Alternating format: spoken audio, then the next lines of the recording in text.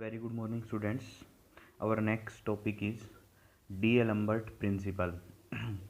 Students, जो हमने पीछे आर्टिकल किया था, यूनिट जो सेकंड यूनिट हमने स्टार्ट कर रखी है, सेकंड यूनिट जो स्टार्ट की थी शुरू में, उसके सबसे लैग्रेंज फर्स्ट इक्वेशन के बाद वाला जो आर्टिकल किया था, उसके बाद मिलेगा आपको ये D'Alembert प्रिंसिपल. क्या कहता है? एनी डायनेमिकल प्रॉब्लम, कोई भी डायनेमिकल प्रॉब्लम है, कैन बी कन्वर्टेड इनटू, वो कन्वर्ट की जा सकती है into an effective static problem. किसके अंदर? इफेक्टिव स्टैटिक प्रॉब्लम के अंदर. This is called D'Alembert principle. देखो कैसे करेंगे इसको. कंसिडर द मोशन, हमने कोई मोशन कंसिडर किया of an N particle system. कोई अपने पास देखो डायनेमिकल प्रॉब्लम होगी, वो कोई भी सिस्टम ऑफ पार्टिकल्स आपके पास दे रखा होगा. तो consider the motion of an N particle system, then according to Newton second law of motion. देखो Newton second law of motion ने क्या कहा था कि जो rate of change of linear momentum है वो इक्वल टू होता है किसके? एक्सटर्नल फोर्स के. तो the rate of change of linear momentum is equal to the external force. That is, इसका मतलब क्या हुआ? dpi by D T is equal to F I external plus small of F I. देखो where जो F I है, अब देखो F I external के इक्वल होता है, लेकिन अब आपका सिस्टम कंस्टेंट सिस्टम है, तो कंस्टेंट सिस्टम के अंदर कुछ रिएक्शंस फोर्स ही होगा, या फिर उसको बोल सकते हो कंस्टेंट फोर्स. तो क्या हुआ? वेयर एफ ऑफ आई हमने कर दिया, जो टोटल फोर्स एक्सटर्नल लगा वो क्या हो गया? F of I external plus जो कुछ कंस्टेंट्स के कारण लगा होगा वो आपका एफ ऑफ आई, या रिएक्शन फोर्स जिसको बोल सकते हो. Where F I are constant force on the system. तो यहाँ से एफ आई एक्सटर्नल की वैल्यू क्या हो जाएगी आपकी? F I external plus F of I, और इसको इधर लेके आएंगे तो minus of P I dot, इसको लिख सकते हो D P I by D T को कितना? पी आई डॉट, इसको मान लेंगे इज इक्वल टू क्या हो जाएगा? ये जीरो. ये आ जाएगी आपकी इक्वेशन नंबर 1. आई आपका 1 to n. अब देखो कह रहा है to convert the problem into an effective static problem, जो कि डेफिनेशन में थी. हम इसको किस में कन्वर्ट करेंगे? इफेक्टिव स्टैटिक प्रॉब्लम में. तो हम क्या करेंगे? एक वर्चुअल डिस्प्लेसमेंट देंगे. We gives a virtual displacement del of R I in the system such that the constant, जो कंस्टेंट फोर्स जो काम कर रहा था, जो reaction force due to constants जो फोर्स आया हुआ है, वो क्या करे? वर्क ना करे. तो आपके पास क्या हो जाएगा? देखो जो कंस्टेंट फोर्स था, वो इरेक्शन फोर्स था, वो क्या था आपका? F of I, small F of I किसके इक्वल हो गया? अगर ये वर्क नहीं करेगा, हम वर्चुअल डिस्प्लेसमेंट दे रहे हैं जिसकी वजह से वर्क नहीं करेगा, तो एफ ऑफ आई किसके इक्वल? जीरो के इक्वल. इसकी वैल्यू पुट करते ही क्या आ जाएगा? F I external minus P of I dot equal to zero. और एन पार्टिकल का सिस्टम है तो हमने समेशन लगाया, तो summation I is equal to 1 to n F of I minus P of I dot into virtual displacement del of I किसके equal हो गया? जीरो के इक्वल. तो ये जो इक्वेशन बन गई ये क्या है आपकी? Is called D'Alembert principle. इसको हमने इफेक्टिव स्टैटिक प्रॉब्लम में क्या कर दिया? कन्वर्ट कर दिया. Clearly from equation 2. अब आप देख रहे होंगे ये इक्वेशन 2 है D'Alembert प्रिंसिपल की. Is the journalisation of principle of virtual work. हमने वर्चुअल वर्क में भी कुछ ऐसा ही किया था, उसी का क्या है? ये जर्नलाइजेशन है. तो ये आपका बच्चों क्या है? D'Alembert principal. नेक्स्ट आपका टॉपिक है बच्चों पॉइजन ब्रैकेट. पॉइजन ब्रैकेट क्या है बच्चों? लेट आपके पास एक फंक्शन दिया हुआ है फाई, किस किस का? टी का, टाइम का, क्यू आई पोजिशन, और पी आई आपके पास क्या है? मोमेंटा. एंड साई का, साई आपके पास क्या? टी, क्यू आई और पी आई. मतलब आपके पास दो फंक्शन दिए हुए हैं depend on same variable T, q आई और पी आई. बी टू हमने क्या मान लिए? ये आर्बिट्रेरी फंक्शन. अब आर्बिट्रेरी मतलब आप कोई भी मान सकते हो, इनका दो function arbitrary function. Then the Poisson bracket. तो पॉइजन ब्रैकेट होगी वो क्या होगी? पॉइजन ब्रैकेट ऑफ बोलेंगे फाई एंड साई. किसकी? Phi and psi is denoted by. देखो ब्रैकेट नाम में ही आ रहा है तो हमें पक्का पता होगा यहाँ पे कुछ ना कुछ ब्रैकेट लगने वाली है. तो स्मॉल ब्रैकेट फाई और साई, इसको बोलेंगे हम क्या? Poisson bracket. And is defined as कैसे डिफाइंड होगी ये? Phi of psi equal to summation I is equal to 1 to n. एक बार तो फाई का पार्शियल डेरिवेटिव होगा विद रिस्पेक्ट टू किसमें? क्यू आई के रिस्पेक्ट में. एक बार साई का पी आई के रिस्पेक्ट में. ध्यान रखना है फाई का क्यू आई के रिस्पेक्ट में, साई का पी आई के रिस्पेक्ट में. माइनस फाई का किस में हो जाएगा? पी आई के रिस्पेक्ट में, और साई का किस में हो जाएगा? क्यू आई के रिस्पेक्ट में। तो एक चीज़ ध्यान देनी है बच्चों इसमें, जो आप पहले लिख रहे हो फाई ऑफ साई, फाई अगर पहले लिखा तो फाई का पहले करेंगे किसके रिस्पेक्ट में, क्यू आई के रिस्पेक्ट में, फिर किसके रिस्पेक्ट में, पी आई के रिस्पेक्ट में अगली बार होगा। पहले फाई का क्यू आई के रिस्पेक्ट में, साई का पी आई के रिस्पेक्ट में, माइनस फाई का पी आई के रिस्पेक्ट में, माइनस इंटू साई का क्यू आई के रिस्पेक्ट में। तो जो ये डिफाइन किया हमने, ये क्या कहलाएगा आपका, Poisson bracket of phi and psi. अब इसकी कुछ एप्लीकेशंस हैं। For any functions phi of t p i, t q i p i and psi of t q i p i, और अगर मान लो तीन में दिया हुआ है आपके पास क्या, टी क्यू आई और पी आई, एक फाई दे रखा है फंक्शन, एक साई दे रखा है और एक जाई दे रखा है, तो क्या होगा, एंड कांस्टेंट सी, कोई कांस्टेंट आपके पास अगर सी दे रखा है, then Poisson bracket following property को सेटिस्फाई करती है। देखो क्या बच्चों, पहली प्रॉपर्टी है फाई ऑफ साई की जब पॉइजन ब्रैकेट होगी वो किसके इक्वल होगी, minus of psi of phi के इक्वल। देखो फाई ऑफ साई हमने डिफाइन किया है, summation I is equal to 1 to n curly phi by curly Q I into curly psi by curly P I, minus curly phi by curly P I into curly psi by curly Q I.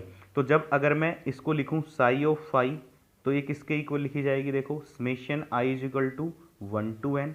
अब साई पहले है तो साई का किसके respect में, ध्यान रखना पहले क्यू आई के रेस्पेक्ट में, फिर फाई का किसके रेस्पेक्ट में, पी आई के रेस्पेक्ट में, माइनस अब उसके बाद क्या हो जाएगा आपका, जो साई है उसका पी आई के रेस्पेक्ट में, इंटू फाई का किसके रेस्पेक्ट में हो जाएगा, क्यू आई के रेस्पेक्ट में। अगर मैं यहाँ से माइनस कॉमन निकाल लूँ, तो माइनस अगर मैं कॉमन लूँ तो क्या आ जाएगा, summation I is equal to 1 to n curly psi by curly of P I into curly phi, इसको पहले लिख रहे हैं इसको बाद में लिख रहे हैं, माइनस कॉमन निकालने पे ये पॉजिटिव क्वांटिटी होगी या नेगेटिव क्वांटिटी, माइनस करली psi by curly Q I into curly phi by curly कितना आ गया, पी आई। अब देखोगे कि ये वाली जो वैल्यू है इसको मैं और जनरलाइज करूँ, थोड़ा सा ऐसे लिख दूँ, अगर मैं थोड़ा सिंप्लीफाई करके फाई को पहले लिख देता हूँ, curly phi i into psi by curly कितना, पी आई। मल्टीप्लीकेशन की चीज़ें आप आपस में कर सकते हो change, phi by curly P I into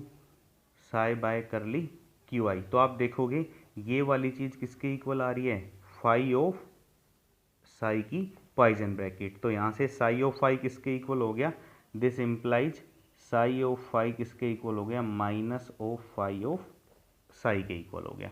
तो ये चीज़ है आपकी, यहाँ से माइनस कॉमन लिया और मल्टीप्लाई में इसको आगे लिख लिया, तो आगे लिखते ही ये क्या बन गया अब, फाई ऑफ साई।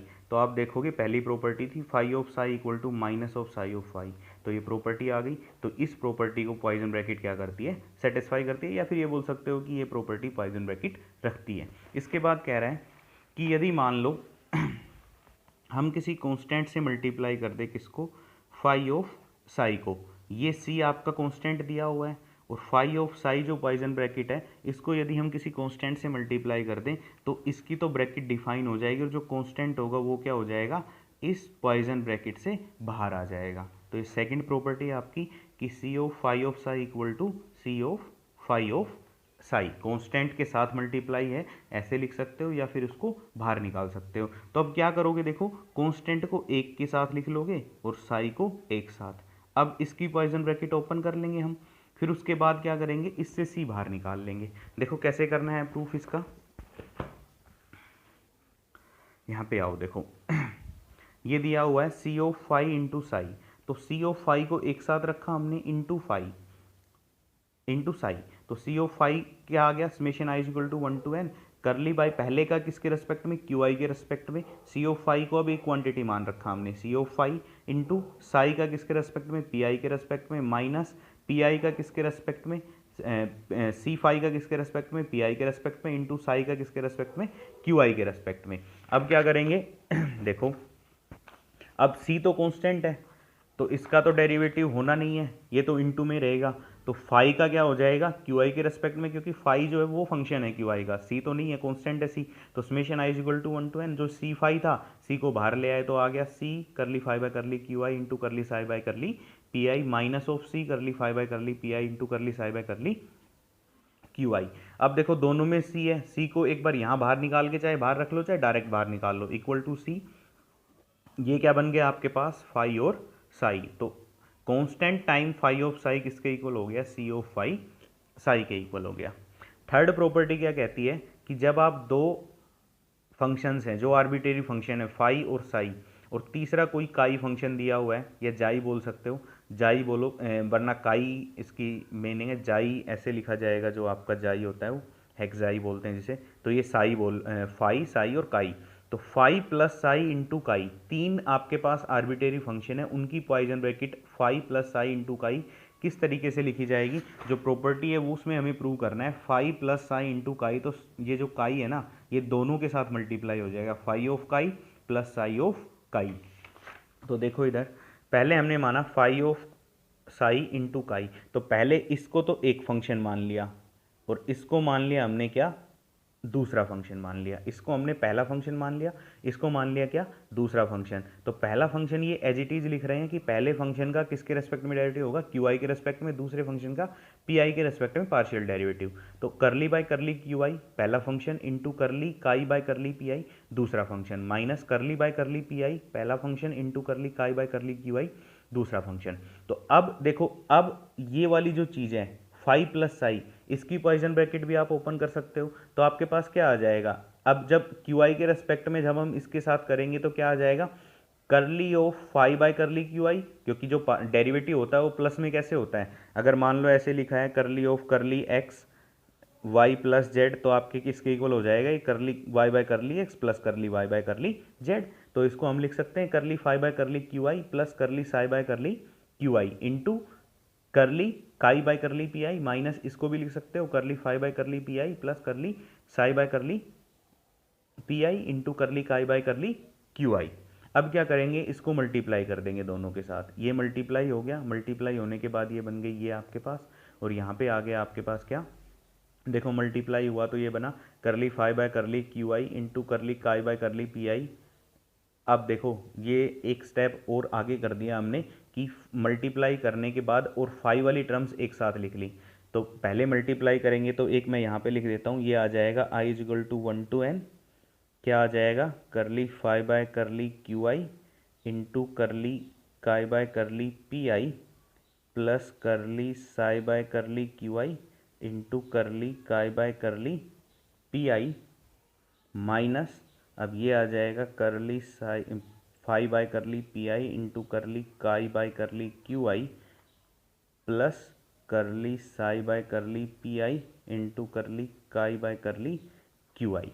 तो ये बन गया आपके पास। अब क्या किया, जो फाई वाली टर्म है वो एक साथ लिख ली, तो ये वाली और ये वाली टर्म एक साथ आ गई, प्लस अब दूसरी बच गई जो दोनों टर्म वो एक साथ आ गई, माइनस बाहर है तो अंदर बाहर, ये माइनस अगर हम प्लस में कन्वर्ट करेंगे तो ये अंदर जाके माइनस क्वांटिटी कर देगा, तो ये आपके पास क्या आ गया, माइनस हो गया। तो ये अब आपके पास क्या बना, ये बन गया फाई ऑफ काई, और ये बन गया क्या, साई ऑफ खाई की पॉइजन ब्रैकेट। तो ये बन गया। फोर्थ जो प्रॉपर्टी आपकी कहती है वो क्या कह रही है, फाई ऑफ साई किसके इक्वल है, I is equal to 1 to n curly phi by curly Q I into curly psi by curly P I. Property एक बार पढ़ लेते हैं, क्या आप प्रॉपर्टी में प्रूव करना है। देखो हमें प्रूव करना है करली बाय करली टी के रेस्पेक्ट में partial derivative of phi of psi किसके इक्वल होगा, फाई का हो जाएगा साई प्लस फाई का हो जाएगा यू इंटू वी वाला फॉर्मूला, कि मान लो करली बाय करली एक्स है, यू इंटू वी क्या होगा, एक बार u as it is v का एक्स के रेस्पेक्ट में plus v as it is u का एक्स के रेस्पेक्ट में, सेम वही फॉर्मूला। यहाँ पे क्या हो जाएगा, देखो फाई ऑफ साई खोल लिया हमने पहले, अब टी के रेस्पेक्ट में पार्शियल डेरिवेटिव करेंगे, तो टी के रेस्पेक्ट में पहले इसका पार्शियल डेरिवेटिव माइनस टी के रेस्पेक्ट में इसका पार्शियल डेरिवेटिव। तो यहाँ से क्या हुआ, ये बन जाएगा curly square by curly t, curly square phi by curly t square sorry curly t और into curly of q I into curly of कितना आ जाएगा पी आई, जब किसके साथ मल्टीप्लाई होगा ये करली साई के साथ, तो एक के साथ मल्टीप्लाई हो गया, दूसरा एज इट इज प्लस, अब पहला वाला एज इट इज हो गया, अब किसके साथ आ जाएगा, क्योंकि आप क्या करोगे यहाँ पे u इंटू वी का फॉर्मूला लगेगा ना, तो पहले u के रेस्पेक्ट में कर लिया हमने, v एज इट इज रख लिया प्लस, अब u एज इट इज रख लिया, v के रेस्पेक्ट में कर लिया माइनस, यहाँ पे भी ऐसे ही होगा कि ये u ये v, पहले u के रेस्पेक्ट में v एज इट इज, उसके बाद माइनस, अब देखो ये बाहर माइनस है तो प्लस वाली चीज़ माइनस हो जाएगी, तो ये माइनस, अब u एज इट इज और ये v के रेस्पेक्ट में। यहाँ से क्या किया हमने, यहाँ से इनको सिंप्लीफाई किया, सिंप्लीफाई करके करली by curly Q i bar curly phi by curly t into curly psi by curly P I minus curly by curly P i bar curly phi by curly t into curly psi by curly Q i plus इसी तरह ये। तो ये तो क्या चीज़ बन गई, जो पहली वाली ब्रैकेट है curly phi by curly t into psi plus ये क्या बन गई, फाई ऑफ करली साई बाय करली टी। तो ये आपकी चार प्रॉपर्टी हैं किसकी, पॉइजन ब्रैकेट की। तो यहाँ तक आपने करना है। उसके बाद जैकोबी आइडेंटिटी आएगी और पॉइजन थ्योरम आएगी, ये नेक्स्ट वीडियो में करें।